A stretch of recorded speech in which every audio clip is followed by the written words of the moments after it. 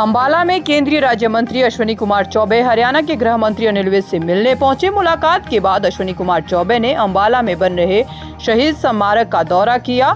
गृह मंत्री अनिल विज ने उन्हें शहीद स्मारक की विशेषताएं बताई और उन्होंने बताया कि कैसे 1857 की आज़ादी की लड़ाई का आरंभ अंबाला से हुआ था। मंत्री विज ने बताया कि उन्होंने अंबाला में शहीद स्मारक बनाने के लिए एक लंबी लड़ाई लड़ी है। विज ने हुड्डा सरकार में सबसे पहले ये मुद्दा विधानसभा में उठाया था, जिसके फलस्वरूप आज शहीद स्मारक अंबाला में बन रहा है।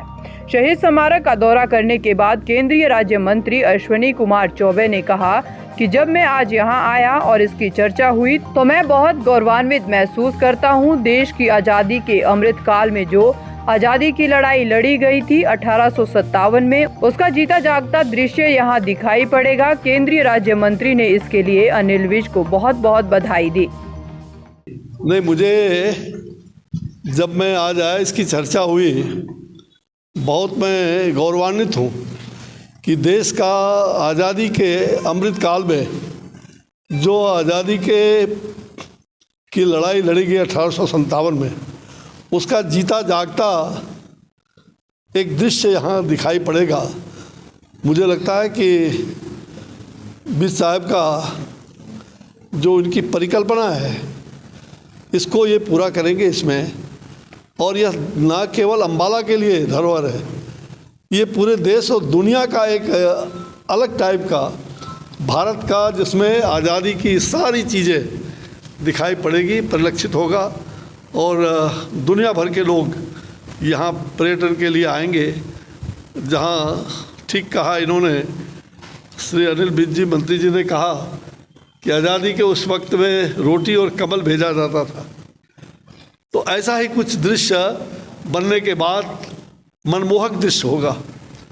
मैं बहुत बहुत कहा जाए बधाई देता हूँ हरियाणा सरकार को, और विशेष करके यहाँ के माननीय विधायक, गृह मंत्री, स्वास्थ्य मंत्री, हमारे परम मित्र श्री अनिल विज जी को, कि इनके प्रयास से, इनकी पहल पर दुनिया का एक मनोरम छवि यहाँ उपस्थापित होने वाला है, और जिसका प्रधानमंत्री जी ही आने वाले दिनों में इसका विधिवत इनके आमंत्रण पर उद्घाटन करने का सोच रहे हैं। इसी साल इनकी तैयारी है कि इस साल बन के तैयार हो जाए।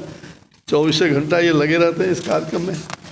तो एक बहुत बढ़िया चीज़ मुझे लगता है कि दुनिया के लिए एक बड़ा संदेश है, और भारत की आज़ादी का एक, भारत की लड़ाई जो हुई है उसका एक 1857 की लड़ाई का, उसका एक प्रखर संदेश दुनिया भर में जाएगा।